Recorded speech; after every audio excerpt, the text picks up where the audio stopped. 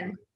You should get something. I feel bad. I would have bought him a Okay. little card. What are they asking? Hi. Hi, Welcome, everyone. That's not a touch screen, huh? Nice to see all of you. We're If going to give it gets everybody more just a minute people- to join us. Hi, Jim. Hi, Joan. Nice to see you guys. Hello, Shanna. Nice to see you. Hear it. Because there's no sound. Okay, they'll come up down Charlie and here. Patty. Hi. Hi. Hi, Becky. All right.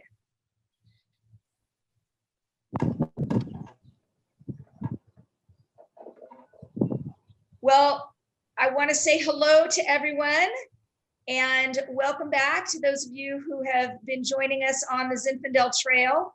This is our second in our virtual tasting series, and we have a fantastic lineup for you today, and I can't wait to get going on it. I wanted to introduce myself for those of you who don't know me. I'm Rebecca Robinson, and I'm the Executive Director of ZAP, Zinfandel Advocates and Producers, and we are the hosts of the show today. And thanks for being here. It's a great opportunity to taste some wonderful wines and meet some fantastic winemakers and winery owners. I want to do a little bit of housekeeping as we get underway. We're going to keep our audience on mute. We've got our speakers, what we call pinned. And so if you want to stay in speaker view, that would be great. That way you can see everybody and get going on that piece of it.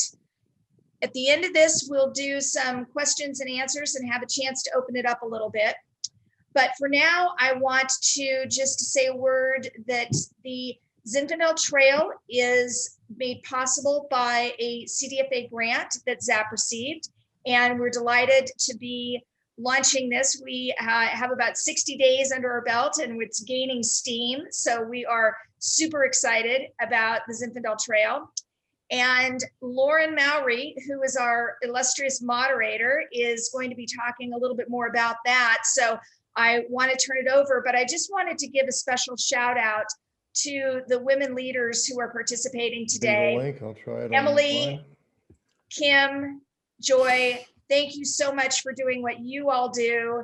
And we are really proud to have you all today. And thank you so much for, again, just celebrating wine and especially Zinfandel. So Lauren, with that, why don't I let you take it away and let's get this show on the road, and you can talk a little bit more about the Zinfandel Trail and how it ties in with women in wine and all the great wines that we're going to taste and the experiences that we're going to see virtually, but hopefully in person soon.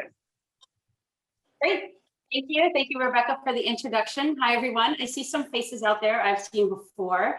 I have to say one silver lining of this whole last year craziness has been the fact that these virtual events have gotten off the ground and become quite popular because it gives us all a chance to get together in each other's homes without actually having to fly across the world to do so. And it helped reunite many of us who might not have the time to otherwise see each other in person. So I was thrilled to be invited to join this panel tonight.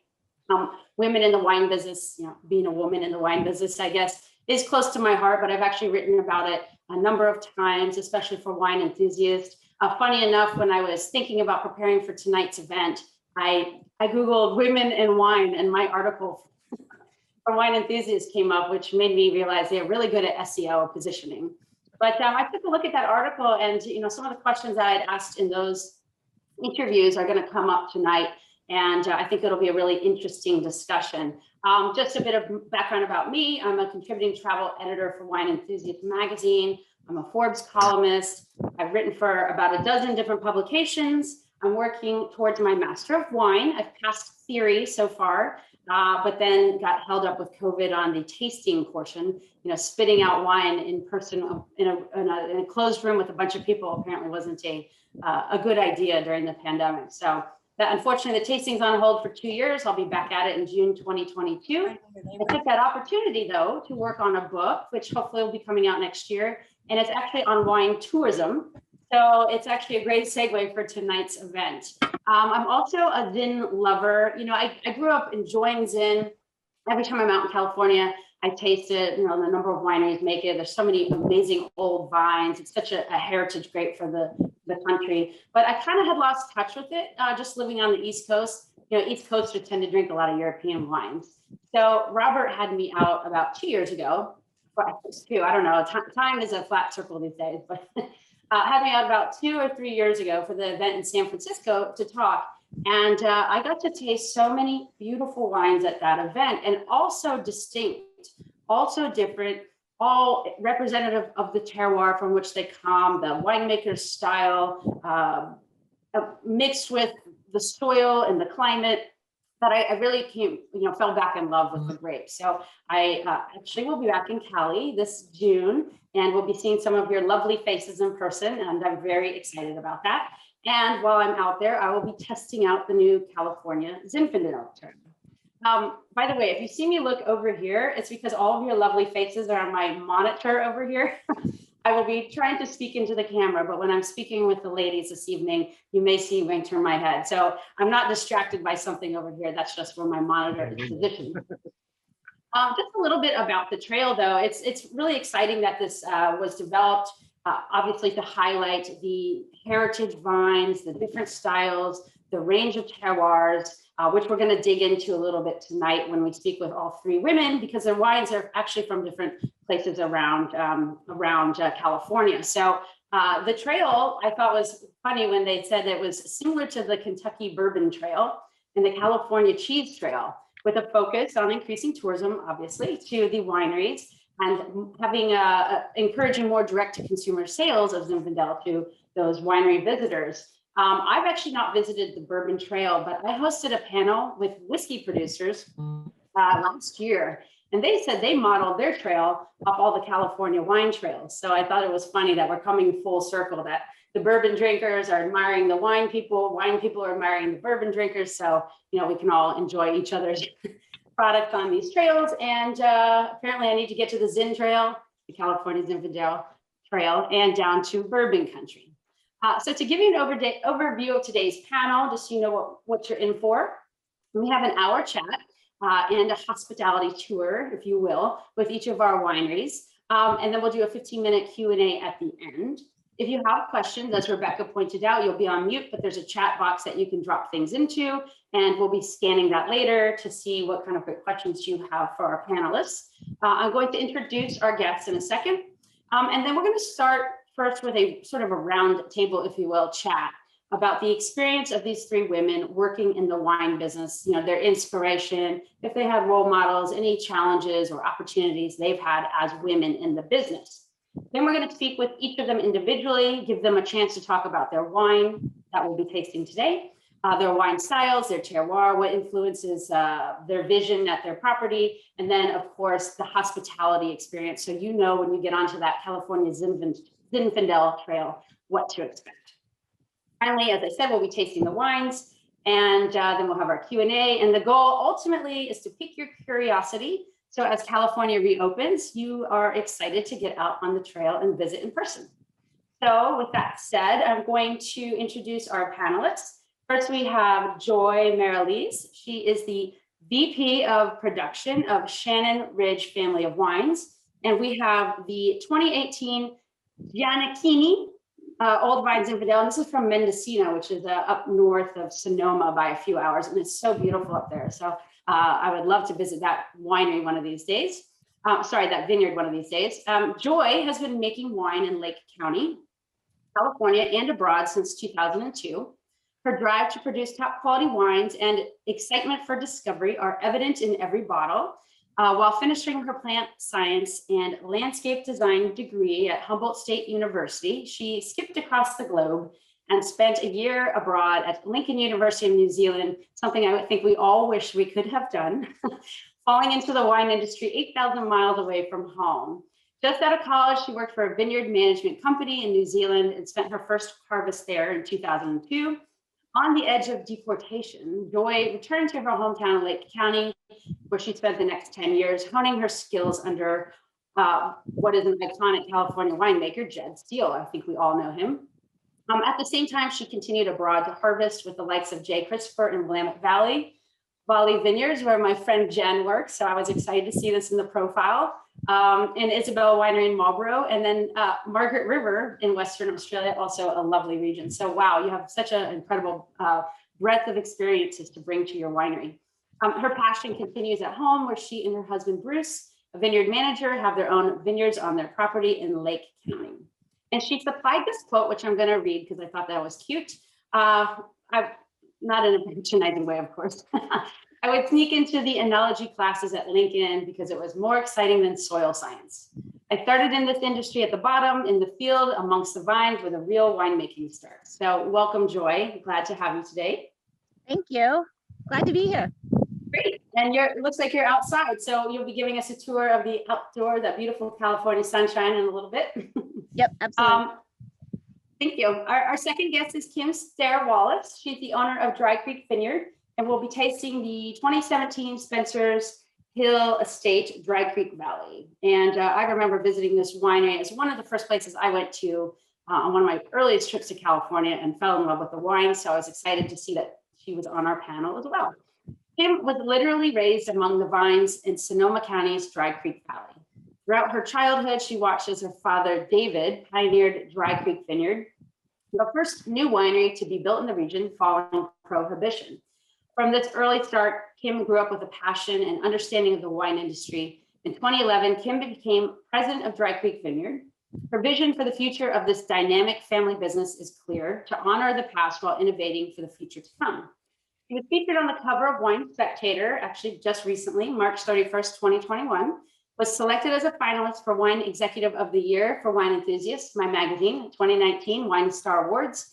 The savvy businesswoman, mother of two, wife, and second generation winery owner is committed to a no compromises philosophy, producing Appalachian-focused, terroir-driven, varietal-defining wines. So welcome, Kim. Thank you. I'll look over here to say hi. Hi. Nice to see you. And then for our third guest, we have Emily.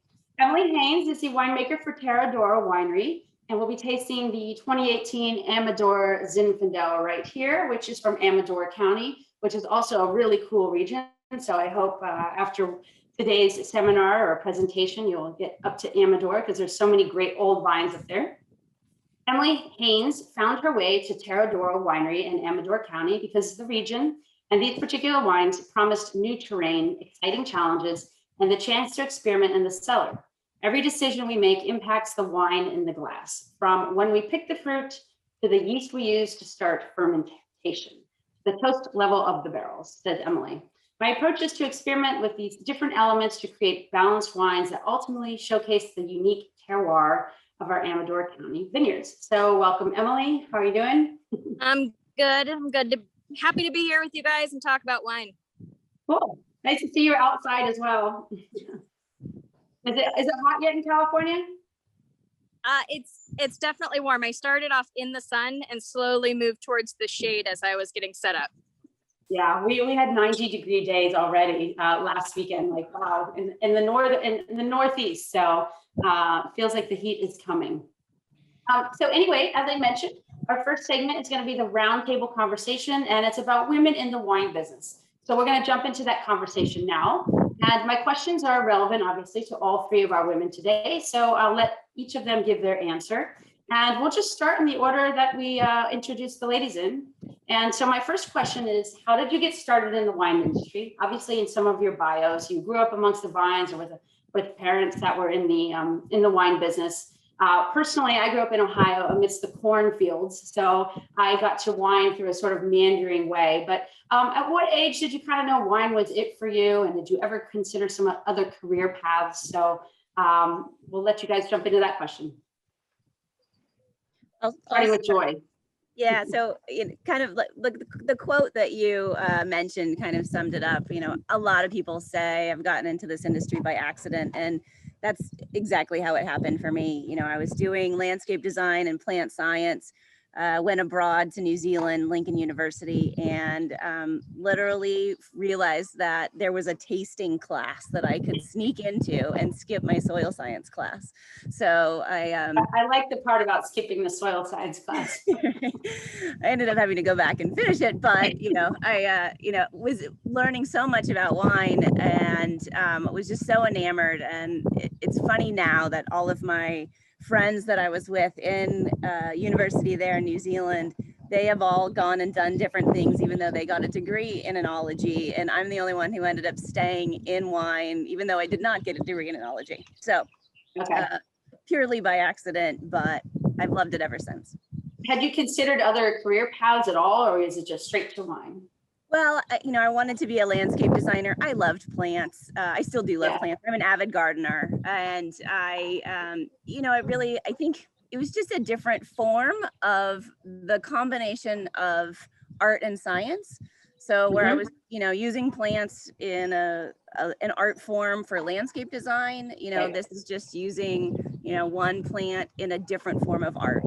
And that's kind of where it flipped for me. And I decided I wanted to keep my real passion of gardening and landscaping for a passion or a hobby, and do something totally different and interesting. So it's kind of how I fell into it. And when I fell into it, I dove right in. So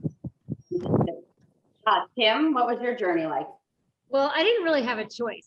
My parents, when my father announced to my mom, I don't know, early 70s, that he wanted to become a winemaker and move the young kids across America to come to Sonoma County, I was part of that journey. So I did literally grow up about a mile from where I'm sitting, and I'm sitting in the corner of our cellar. And so as a child, so when my father started the winery in 1972, I spent a lot of time here at the winery as a child, as a teenager. I worked on the bottling line. I worked in the office. I just, it was a family business, and it was all hands on deck. And in all honesty, I didn't have any interest in going to work in the wine industry. In fact, I had a very different vision for my future. I was very interested in fashion and design and French culture. And so I was able to pursue that career for a number of years. And I honestly had no interest in coming to work for the winery. It just seemed like I laugh now, but it kind of seemed like it was beneath me. Like I had bigger sights, right? And I ended up coming back to work. Long story short, I decided I was not interested in moving to New York to, pursue the fashion industry in a serious way after college. And my dad said, Kim, why don't you come to work for the winery just for a little while and, maybe learn to sell some wine. And I said, okay. And I was 24 years old, and he gave me a bag of wines and a price list and said, go to San Francisco. And I sort of just figured it out. And that was, I don't know how many years ago that was, well over 30 years, 34 years. And as you said, I took over as president 10 years ago. So I've been here ever since. And I've had just about every job in the winery. And I think it was in my blood to begin with as a child, and then it got really in my blood as I grew up. So I feel like this is my purpose. Great. It's funny because I think maybe when you started, wine and winemakers weren't as idolized as they are today. When to be perfectly honest, when we arrived in 1972, and my father was the first to plant grapes in Dry Creek Valley after Prohibition.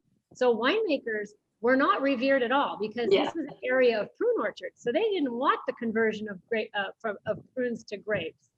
So it was, it took a couple of decades before the reputation of the wine industry and reputation of being a winemaker grew to where it is. And so there's a little rock star quality now. Should be telling people you're a winemaker. So can revel in that. Emily, why don't you tell us about your path to where you are today? Yeah. So I actually grew up in the Seattle area. That's where I was born and raised, stuck in the rain all the time. But I actually grew up about 2 miles away from Chateau Ste. Michelle as a kid. And even though my parents never drank wine, we'd go there on the weekends to feed the ducks, and they had salmon ladders there, so you'd feed the fish. And so we spent weekends there just kind of hanging out on the property. And I ended up wanting to grow up to be a scientist. I wanted to do research. So I went to Eastern Washington University and got a degree in biotechnology and biochemistry. And after I graduated, I came back to Seattle and I worked at the VA hospital. And that's where I thought I was going to be for so long.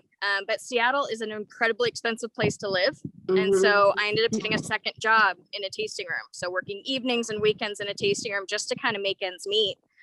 And as I started selling wine, I kind of fell in love with it, how it was very much left brain, right brain. It was the science and the artistry, very much like Joy's story. You bring it all together and you feel really complete in doing so.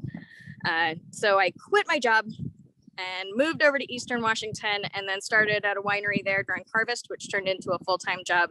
And then I moved to another winery after that, where I was at for about 8 years. And then eventually Amador County came a knocking. I got tired of making Cab and Merlot and Chardonnay and Riesling all the time. Fun varieties to make, still enjoy them, but I was ready for a new challenge, and that's really what I got here. We're gonna go to the next question, which is about women role models, and if you had any. I know this question gets asked a lot, and sometimes I feel a little almost corny asking it, but you know, my background was, I didn't necessarily have a role model per se, but I had a grandmother who was a bit of a ball breaker, and she owned her own business, and she was a travel agent, and she took me around the world. I think that's where I got the wanderlust bug from as a small child. And she introduced me to sort of culture and food and things, because we go on some of her trips to check sites and hotel sites and things like that. So when I reflect back, you know, I didn't at the time think there was somebody that drove me in my life, or, you know, I aspired to be like, but she actually had a large influence on my life. So I do sincerely ask if you had anybody in your lives that you would consider a role model or someone you aspired to. When you asked this question, Lauren, Going back to Joy. Sorry, I took some time to think about it, and I realized, and it wasn't necessarily a role model, but kind of interesting story anyway. So, you know, when I jumped into the wine business, you know, I was early 20s, and I didn't even realize that there was a patriarchy in the wine industry. Had no idea. And, you know, I was just a cellar worker at that time. And I had met this woman, Lane Tanner, and turns out I spent the first 10 years of my career working with Lane Tanner's mother. And Lane Tanner's mother had written the, you know, she kept all of the books for the wine, the vintage, varietal, and appellation percentages on a very large green ledger in pencil. And so I'd spent a lot of time with her. And so every time Lane would come up to Lake County, I would get to spend a little bit of time with Lane. And just hearing the stories about different things that she was doing with wine, and I was inspired by her. But mostly, every time she came, she had this beautiful lip color. And so I asked her one day, I said, what? It just looks like you're putting on chapstick, but you have this like beautiful natural lip color. She's like, oh girl, I put raw beets on my lips every 3 days and it just stains and it stays there. It's great, isn't it? And I was like, oh my gosh, I love that. So that was really my inspiration from Lane. Is that where the iron flavor in the wine comes from? Yeah. Rubbing raw beef on. Well, thank you. Kim, what about you? Well, so I was actually raised by a single father. Unfortunately, my parents divorced when I was 12 years old. So my dad was a single father for many years. And I didn't really have kind of that strong mother role, but I had, like you, an amazing grandmother. And I was very close to her. She lived in Massachusetts, but I spent a lot of time with her. And, you know, there's no question that I think a lot of my values, things like integrity, honesty, work ethic, I absolutely credit with her. I think kind of in my early years, after I came back to work for the family business, people like Zelma Long, you know, or Michaela Rodino, who used to run St. Superi Winery. She's retired now, and I was involved in the Meritage Association many years ago. So people like that. And then I think probably more recently, like one of the people I highly admire, and I'm excited because I'm going to Champagne next year and I'll be meeting her. But anyway, I've never met her in person, but I've heard her speak many times, and I've read some of her writings. Is Maggie Enriquez, who's the director of Champagne Krug in Champagne, France. And so, you know, I think so it's a funny question because I don't know I never really have thought about it, to be honest, Lauren. Do I have a role model? But those are the people I would credit, and most certainly my grandmother. And you know what, there are a lot of amazing women in Champaign right now. They're transforming the industry over there. So it's exciting to see, as much as it's exciting to see all of you leading the way in the Zinfandel world in California. I'm really Emily, excited to be going. Sorry, go ahead. I didn't mean to cut you off. No, I was saying I'm really excited to be going next year. Yeah, for many reasons. Yeah. Emily, what about you? I, like everyone else, was kind of thrown for a loop. It's something I've never really thought about. If I've had a role model or a female role model in my career, all my mentors are all men. And but when I really got down to thinking about it, I did have two women that really pushed me into the wine industry and gave me their full support. And one of them's my best friend. She works in Walla Walla, Washington, and she was in wine school at the time. And every time we tasted together, she's like, Emily, you have a great palate. You're going to be a winemaker someday. And I'm like, oh, you're so full of it. Nobody does that for a real career. That's just, it'll never happen. And I wouldn't have jumped into it without her support. And then also my sister's 10 years older than me. And she has always been kind of like my mama bear. I have a mother, but my sister was so protective. Like anytime we'd go out together, any guy that talked to me, she's like strong arming. I'm like, no, leave her alone. She doesn't want you. So, but because of all of the support she always gave me, I felt like I could make risks and make changes in my life without any repercussion. It's just like, just live in the moment, just go for it. And I wouldn't be here if it weren't for those two ladies pushing me into the wine industry.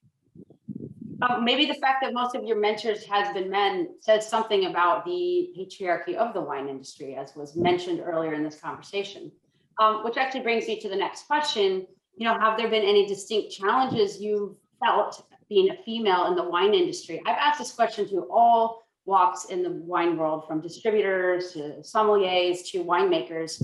And I sometimes find there's a generational difference in the responses. So some of the women who are older and got started earlier on found that, there were more challenges if they're selling their wine, let's say, in a South American market where the men are used to dealing with men. They would have some of those, maybe some uncomfortable situations, or asked to go out all night, or ask where the guy is to sell the wine, things like that. I won't get into those stories right now, but and then I've heard from some of the younger women who have said, well, maybe the older generation paved the way for us because things haven't been so difficult for me. So I don't want to speak on your behalf, but those are some of the answers I've heard. So maybe you can speak to that a little bit, Joy.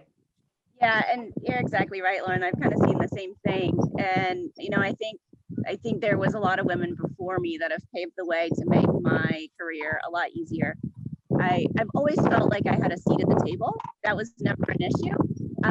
But I think over the years, and now that, 20 plus years into this industry, I feel like people are listening more, which is really nice. So I think in the beginning, and maybe this was just an age thing, I was just young and nobody wanted to listen to me. But I think now, getting older, and I think people are taking women's opinions and experience and all of the things that we bring to the table. They're taking it in stride and giving us more of a voice. Right. Kim, how have you experienced this in the wine business? The challenges, I don't know as it's really has anything to do with my gender. I think one of the challenges I had, quite honestly, was that I was the daughter of the boss, or the DOB, and I literally had business cards on that had that title, DOB. And so when I first came to work for the winery, you kind of have to put yourself in the shoes of the employees at the time. Here I was 24 years old, and not right away, but very quickly over the next couple of years, I started to prove myself and my competency. And by the time I was, 30, I was, doing, marketing, hospitality, special events, sales, et cetera. And so, I had to prove myself. I think I really had to work, to be honest, twice as hard as someone else, just to not be sort of, be labeled as, oh, well, she got the job because she's the boss. Right. So that has nothing to do with my gender. I think the other challenge I had, and maybe some of the other gals can, can relate to this, is my youth. I was always very young. So now the irony is now I'm one of the older people here at the winery. So I can't say this anymore, but for years I was one of the youngest. And I remember, I was traveling internationally and, I was always around generally men that were usually at least twice my age and sometimes 3 times my age. And so I had to kind of work hard at sort of being perceived as older and taken more seriously. Right. I look back on those days and I kind of, like I say, I kind of chuckle now because that's not the case. I wish it was the case.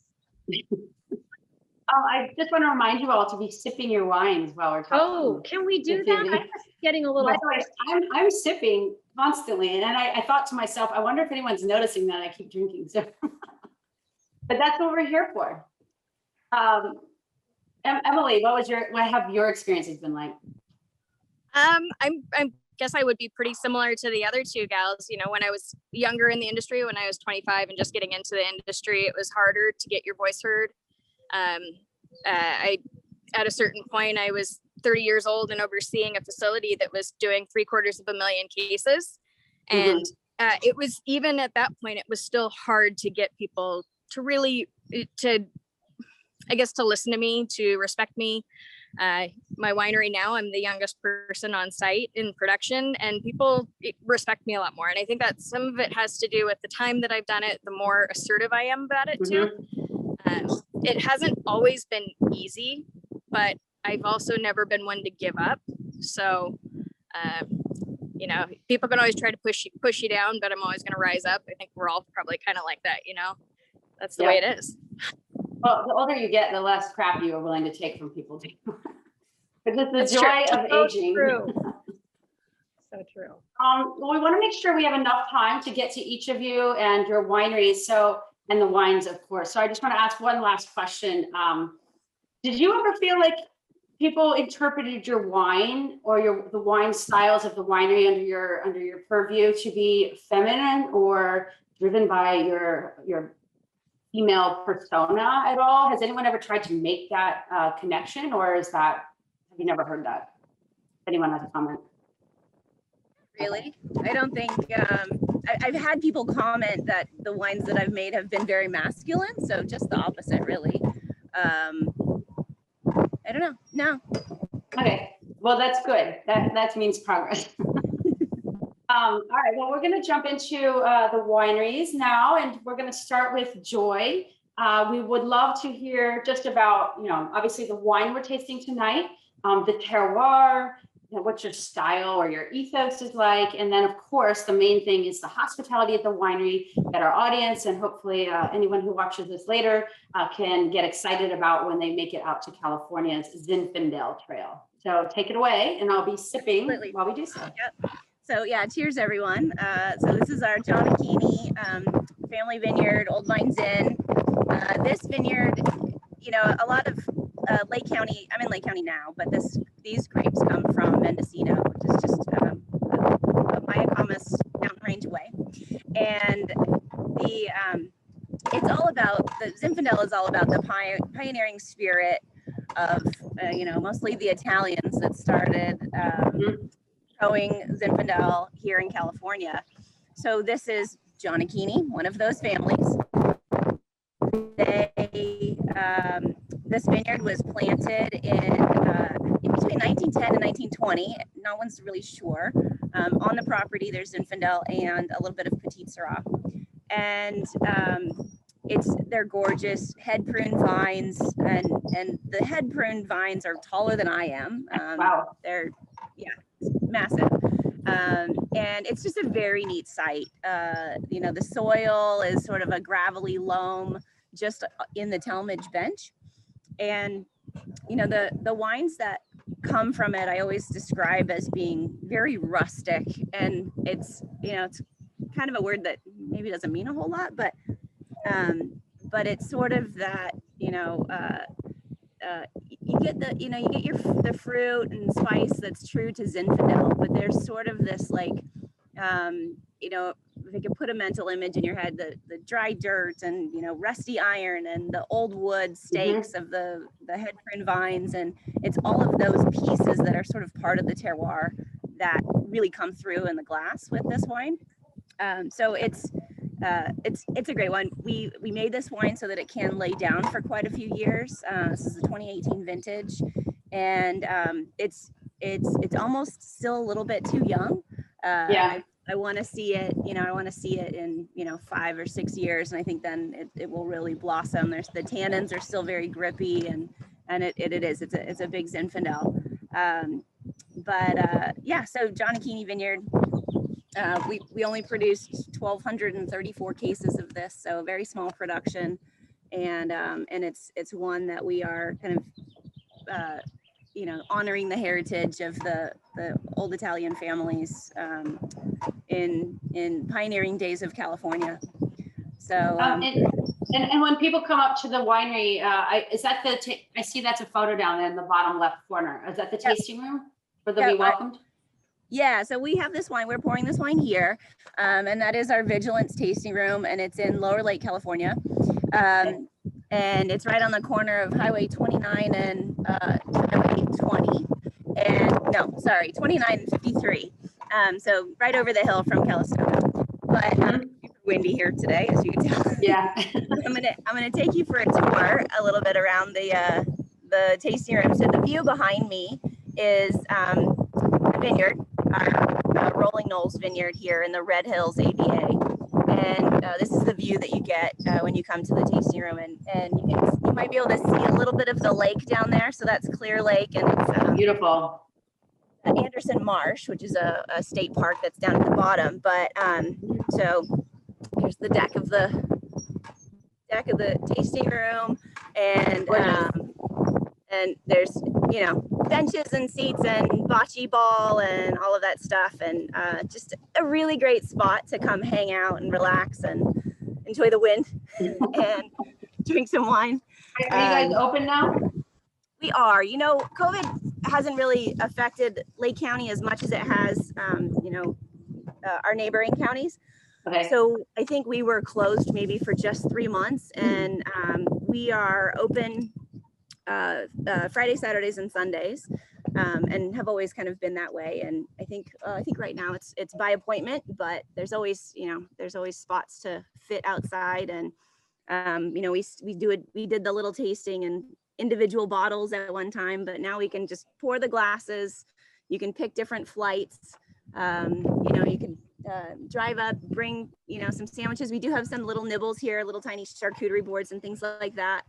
And yeah, just hang out and enjoy the day and the beautiful sunshine and the 86-degree California weather, and play some bocce and drink some Zin. I organized a yoga retreat in Lake County a couple of years ago for women in the wine industry, funny enough. Very cool. Yeah, and we stayed at that little yellow inn that's in the little town nearby, but I'm totally blanking on it because I didn't even think to talk about it. Yes, the Tallman. It's so cute. Yeah. Are they still doing good business over there? Yep, absolutely. They're pretty much, they're fully open now. Hotel's going, and the restaurant that's right next door, the Blue Wing, is rocking and rolling. So yeah, it's a good spot.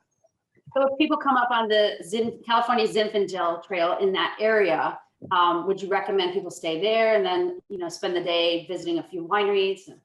Absolutely. Yeah. And there's a ton of wineries around here that do Zinfandel as well. You know, I was talking about Giannecchini being old vine Zin and, you know, planted in the 1910s and 1920s.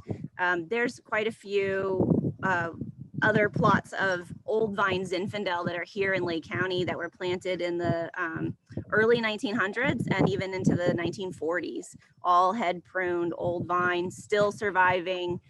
You know, that true field blend with some Carignan and Alicante Boucher in there, some Petit Syrah, some random Riesling vines.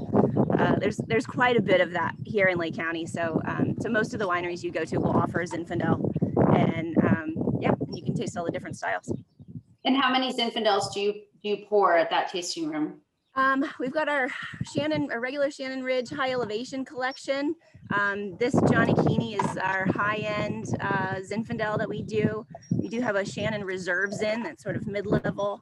And then we've got a couple of other private labels. We do a Zinfandel that's aged in bourbon barrels under our Jack brand.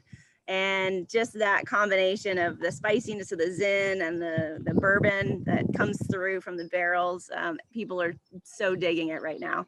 And it's a really fun wine to make. So yeah, we probably have about 4 or 5 different Zins you could try. And you pour that in the tasting room, the bourbon barrel gin? We do.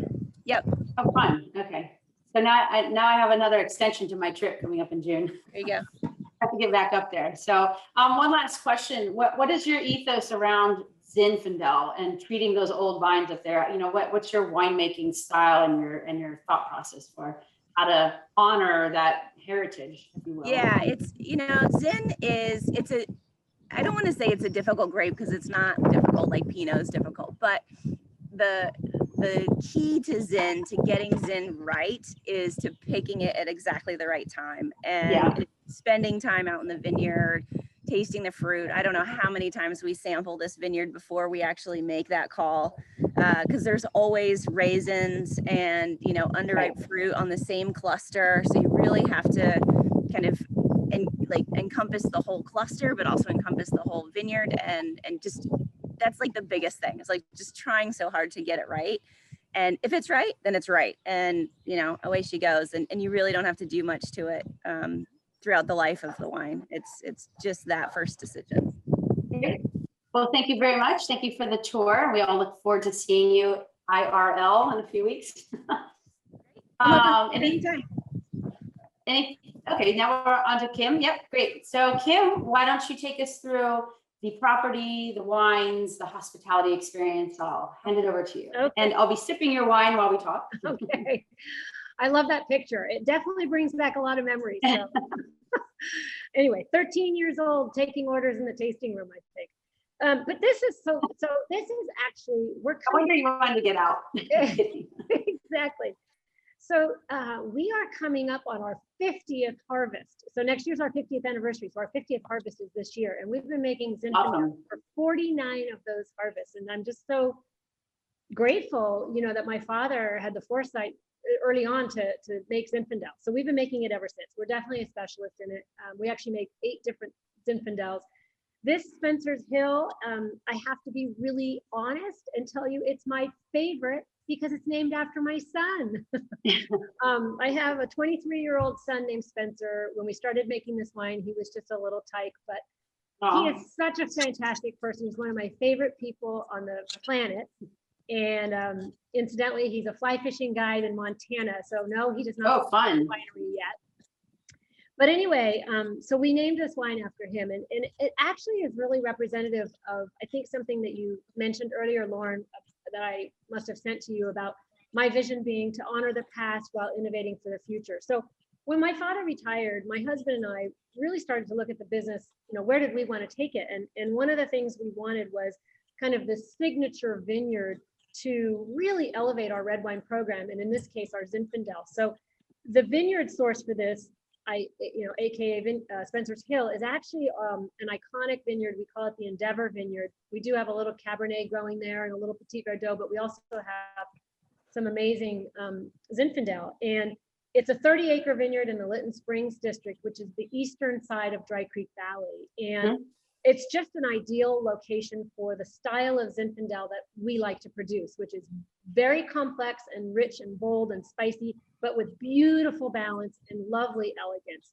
We're known for that. I don't particularly care for overripe, high alcohol Zinfandels. And so the location of our winery, and also in this case, the vineyard, really kind of, allows us to produce the style that we really like.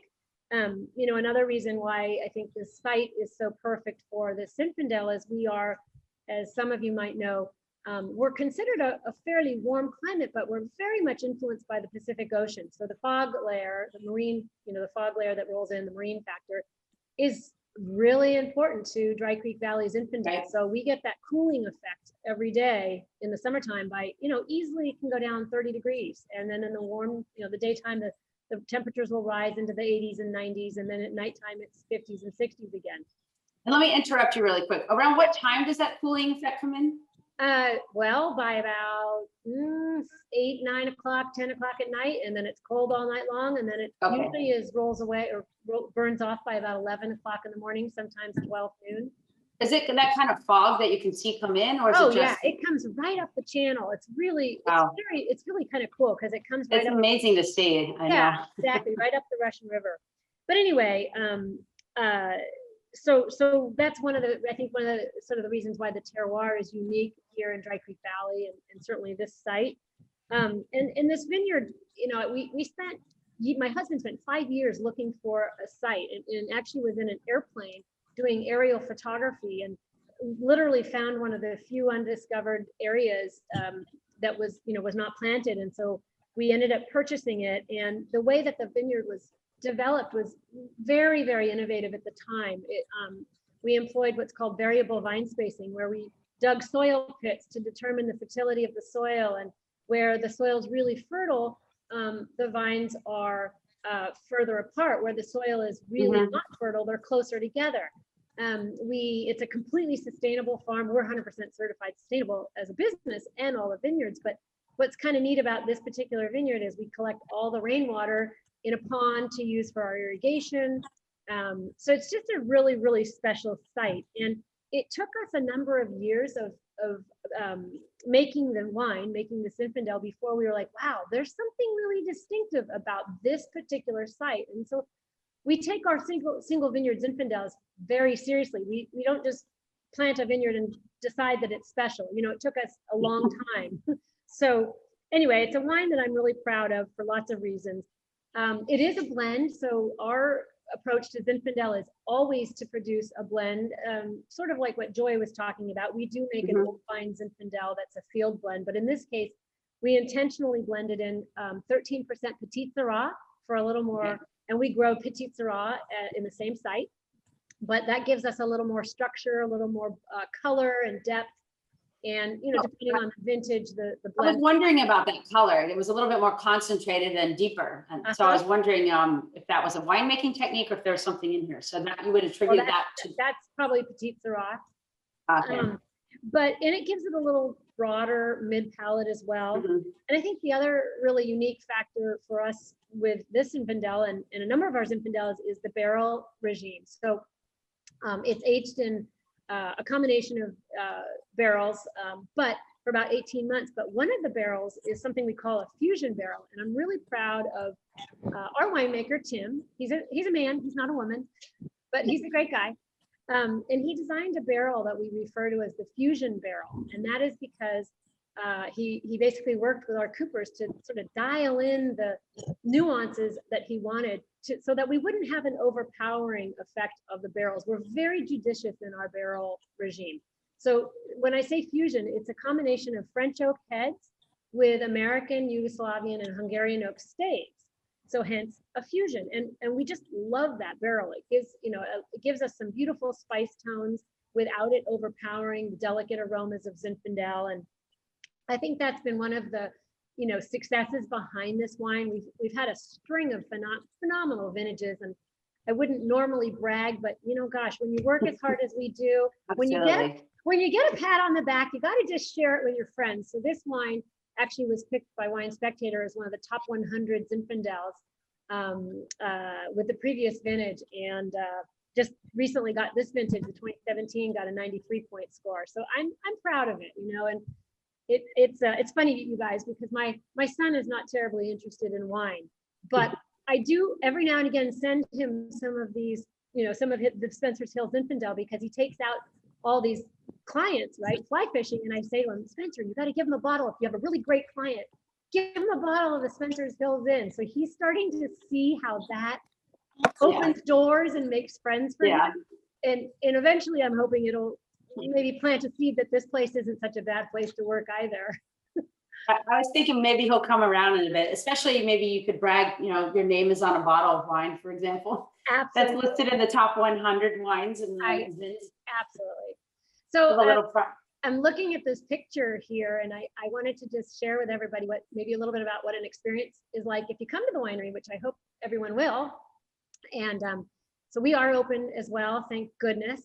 We're actually, we're doing all our tastings outside by appointment, so you can see the picnic area. We have a very beautiful facility. We don't really have the best photograph up, but it's kind of modeled after a Loire Valley Chateau.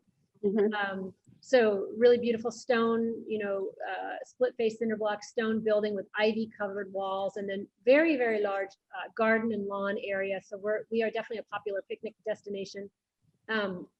Because we're 100% certified sustainable, we actually have a number of examples of our sustainability efforts on the property, including a self-guided vineyard walk and insectary garden, which is what the middle photograph is.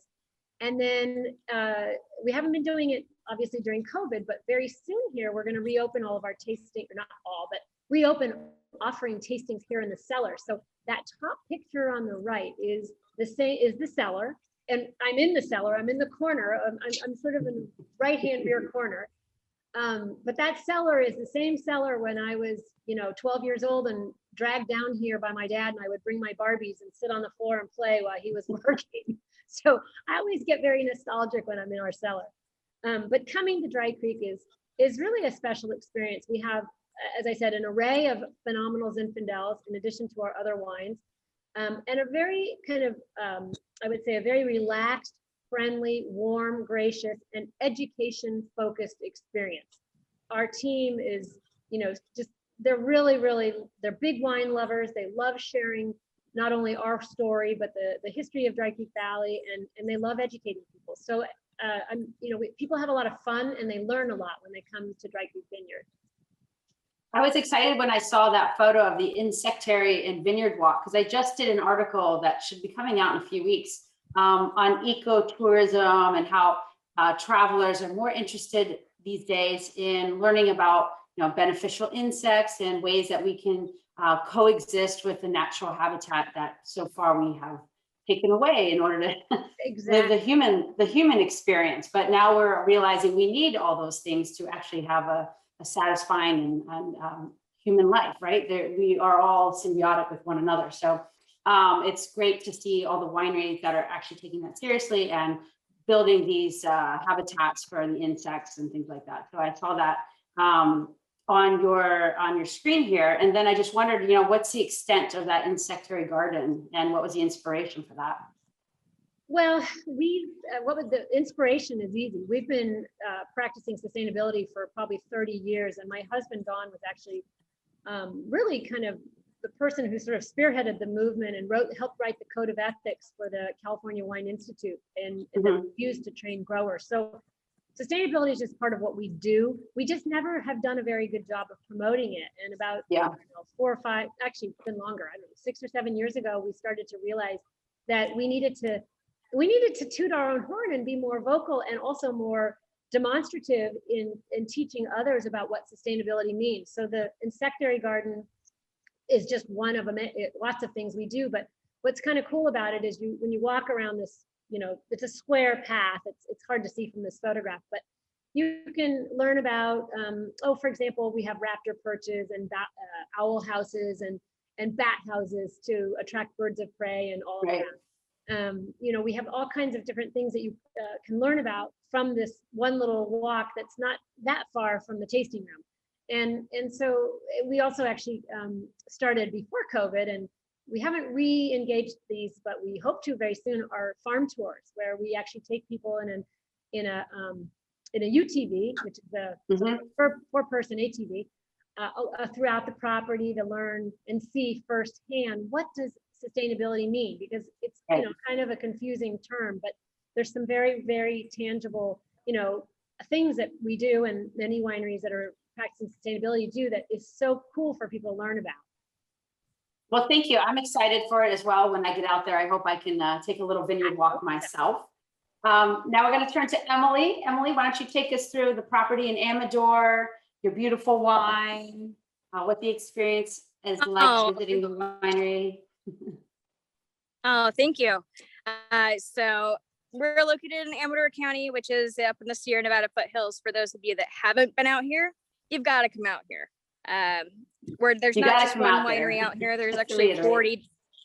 Yeah, it's a little ways out here, but we do have between 40 and 50 wineries in the county.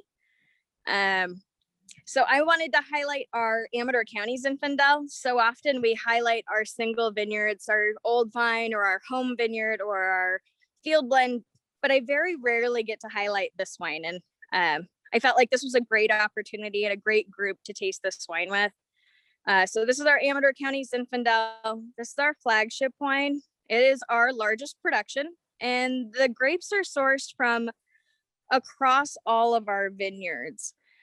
So vineyards ranging from 90 years old to about 30 years old. And it's a big blend that definitely goes through all of these and different elevations throughout the county as well. I always feel like it's such a great representative of what Amador Zinfandel is and what the Amador region is. What really drew me here, I got to admit, I was not a Zinfandel fan. Coming from Washington, I think I just didn't understand it, or I tasted Zinfandels that just really didn't speak to me. Right. But when I came here and I tasted Zinfandel from here, I was like, oh, there's spice and there's minerality and there's a fresh fruit component as opposed to being too overripe or too jammy or too cloying. I found it relatively refreshing, for being a Zinfandel. I really felt like there was something here I could work with. So the wine, what draws me in is that, that it has like a core of minerality, an earthy component that just kind of roots the wine. And then, like I said, the spice. When you stick your nose into a bottle of Zinfandel and you smell clove, I can bet you 4 out of 5 times that that's from Amador County. It's the hallmark of this region. And I can smell it in Barbera. I can smell it in Viognier. Anything grown out here has this unique clove component. That's a good blind tasting tip. There you go. I'm storing that for later. Good. It might be on your test. You never know. Yeah, exactly. Much like the other wineries, we firmly believe in giving back to the soil what we take from it. We want to be as responsible of farmers as we can. We have 500 planted acres out here. And like I said, ranging in various ages. And we want to be as responsible as possible to continue giving us great quality fruit. The kinder I am to the soil, the kinder the grapes are to me. And then making my job easier in the end point. Absolutely. Yeah, so you can see in the photos here, we use different ground covers.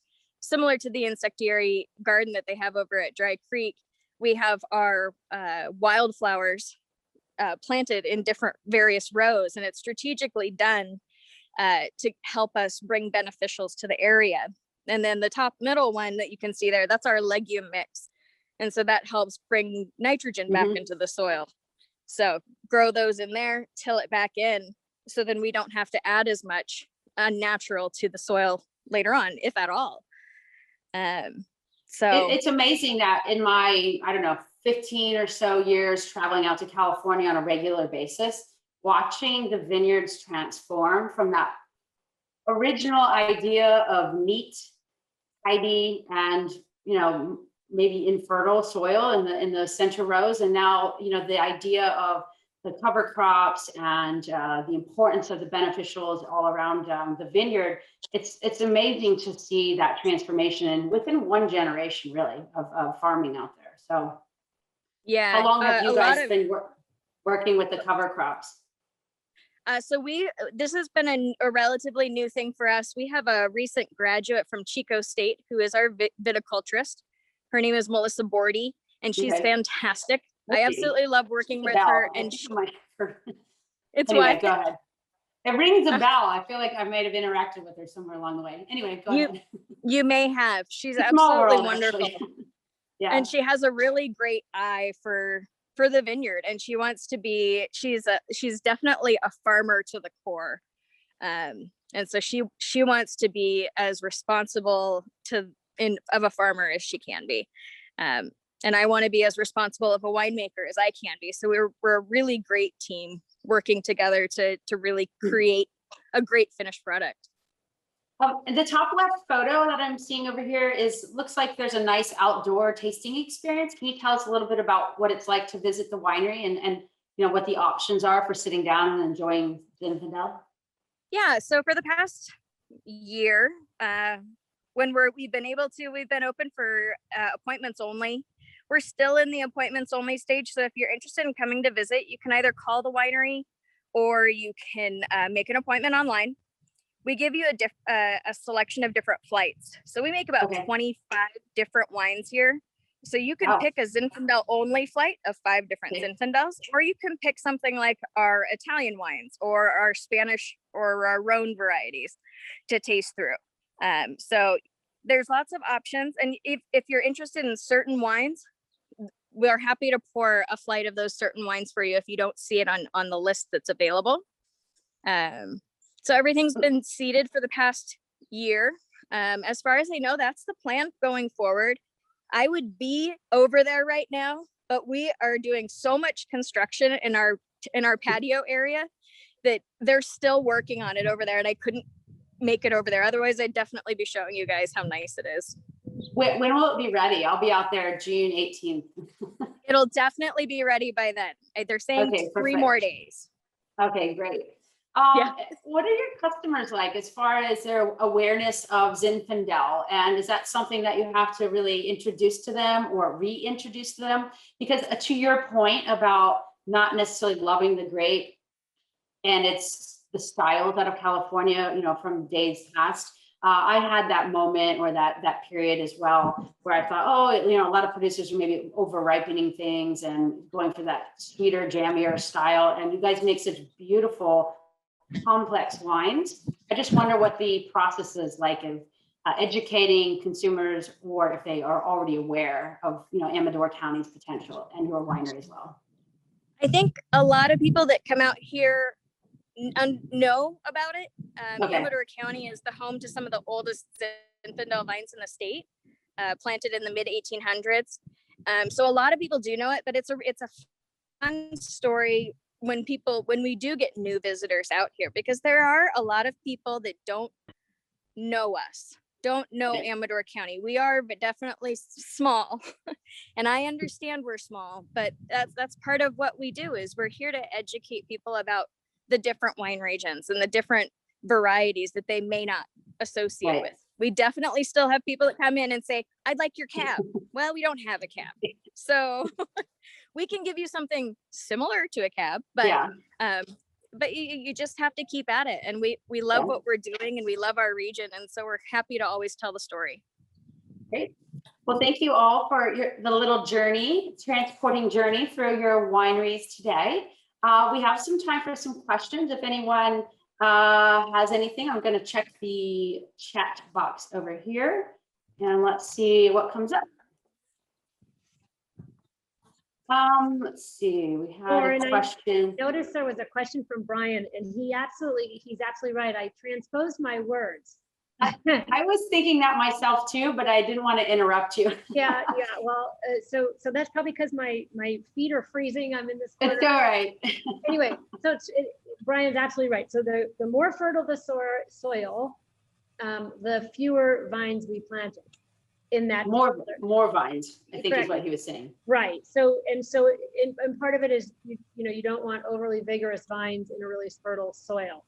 So the less fertile the soil was when we dug these pits years ago, the further apart the vine spacing was. So when you walk this vineyard where the Spencer's Hill comes from, most conventional vineyards are planted 8 by 8 or whatever. They're very consistent. And this vineyard is really interesting because you'll be walking and the vines will be, 5 feet, 5 feet, 4 feet, 4 feet, 3 feet, 3 feet, 3 feet, 2 feet, 2 feet, 5 feet, 5 feet, 5 feet, or whatever. So it was a very innovative approach at the time. Okay, got it. I was wondering myself. I actually have a question I would like to pose to all 3 of you. With climate change and the fact that Zinfandel tends to already be a high alcohol ripe wine, how are you handling those changes in the temperature and in the vineyard? If you have had any experience with that yet, you know, it's different in every sort of micro terroir. Well, I guess I'll jump in and just answer. You know, I do feel very strongly that this, you know, the marine climate that we are so heavily influenced here in Dry Creek Valley helps mitigate that overripe tendency. So, you know, if you get further east of here, obviously, you know, Napa and then into like Lodi and that area, it's much warmer in that area, and so they really probably struggle with that overripe tendency. Whereas we do less, we don't worry so much about that. But having said that, and I forget which of the winemakers mentioned this, but it is absolutely true. The secret to a great Zinfandel is spending enough time in the vineyards. And so I know in our case, Tim literally is tasting daily berries in the vineyard, making picking decisions, not based on degrees Brix. Yes, that's very much an important factor, meaning the actual sugar content of the fruit, but on his tasting decisions. And in our case, we like Zinfandel with a lot of acidity. It just happens to be a house style. And so his picking decisions are based largely on how the fruit tastes. Emily, are you having any issues with the, you know, warmer summers and also with maybe the wildfires? How does that factor into what, you know, what's happening with Zinfandel and how to protect it and preserve that freshness and that style that you're going for? For us, a lot of it's we're trying to manage our irrigation as responsibly as we can, using our water. You know, so for us here, we use aerial imagery of all of our vineyards to tell us if an area needs water or if it's too water stressed or has too much water. And so we'll use differential irrigation. So we're only using what we absolutely need to in the vineyard. And like Joy said, lots of tasting, so much tasting in the vineyard, you know.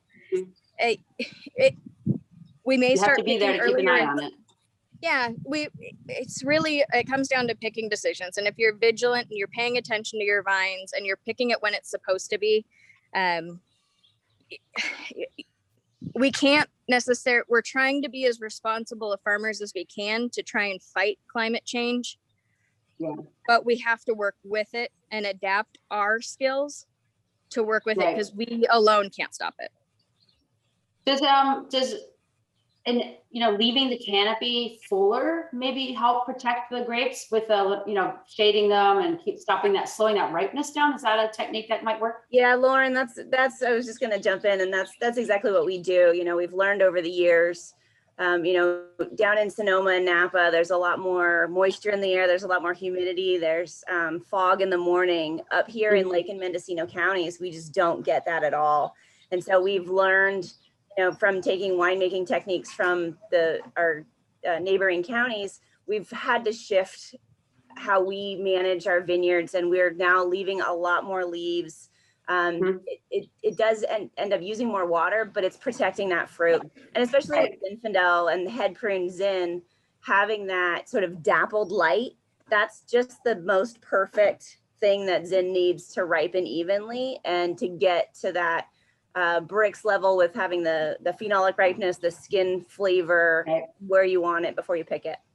So Lauren, I wanted to jump in. Hi you guys. What a fascinating, absolutely terrific discussion. I'm so hesitant to jump in because our time is fading, but yet it has been so remarkable to hear not only the stories of the wineries and going to visit, but also the personal stories of everyone and their commitment to wine and to Zinfandel. And it's just been really exciting. And I wanted to kind of tie it all back, you know, because you've done such a wonderful job of talking about the, you know, the different regions as we go along. And I just wanted to say that, you know, for all of our guests, one of the things that Zinfandel Trail offers at zinfandeltrail.com is the opportunity to, when you, Lauren, are going out to California, you can go on there and create a customized map so that you know, okay, how far is Lake County from Dry Creek Valley, from Amador? And you can tie all of that together with what we are using as Google Maps to, really create an itinerary to go and visit all of these wonderful tasting experiences. And so I think that, again, kind of tying that all together, because let's face it, California is a big state. And so, I can't wait to get to everyone. And I'm thinking, okay, how am I going to do that? That's going to be a 3-day trip at least. Yeah. So to get to everybody, but such thoughtful The questions. solution is a Yeah. couple of weeks. Exactly. That's really it, isn't it? Yeah, absolutely. So I did want to just, again, thank everybody. Thank you, Lauren, for amazing moderating. I was going through thinking, okay, what points do I have to cover? And you did it all. And so I was like, okay, I'm just going to sit back and enjoy this conversation. This has really been terrific. Yeah. And, again, Kim and Emily and Joy, it's just remarkable to, have you talk about, your wines and what you're doing, and really exciting. And again, the wines, are just so lovely and so compelling. And I was in the chat and I was saying, I'm having lamb kebabs tonight and I can't wait to taste it with the Zinfandels because it's going to be fantastic. So we can always tell when, it's getting to be a little bit, well, for us on the West Coast, a little bit of dinner time, because then the food and wine pairing conversation comes up. What are you having? What's everybody tasting with their wines? But I did want to thank the staff for pulling this together. Leah, Glenda, Robert, you guys are amazing. Thank you so much. And again, please visit zinfandeltrail.com. And I just wanted to give it, another minute or two, Lauren, if you have any final thoughts on, your participation, and, maybe open it up to any other questions, but again, I just wanted to thank you all for being here and for celebrating Zinfandel with us. Well, thank you for jumping in there. I think you kind of said it all. My only closing thoughts are that I cannot wait to get back to my spiritual homeland of California and see all of your lovely faces and spend time in the vines with you, drinking Zinfandel. I think tonight's session really showed the breadth of this grape, all the diverse styles that it's capable of. It's such an amazing grape as well, because it has such history behind it. I get my spine chills a little bit when I talk about it, because of just like all the stories. I mean, these vines are from the 1800s in many places. So there's just so much to explore: history, the people behind it, the people farming it today. So I hope everyone enjoyed the wines, and we'll see you all on the California Zinfandel Trail. At least that's my closing remark. Come visit, everybody. Yeah, definitely. Thank you again, everyone. Yeah, this is just great. So terrific. All right. Well, I guess in that we'll leave it there, and we'll see you on the Zinfandel Trail. So Great. enjoy. Thank you. Thanks again. Good night. From the East Coast. Bye-bye. Bye, y'all.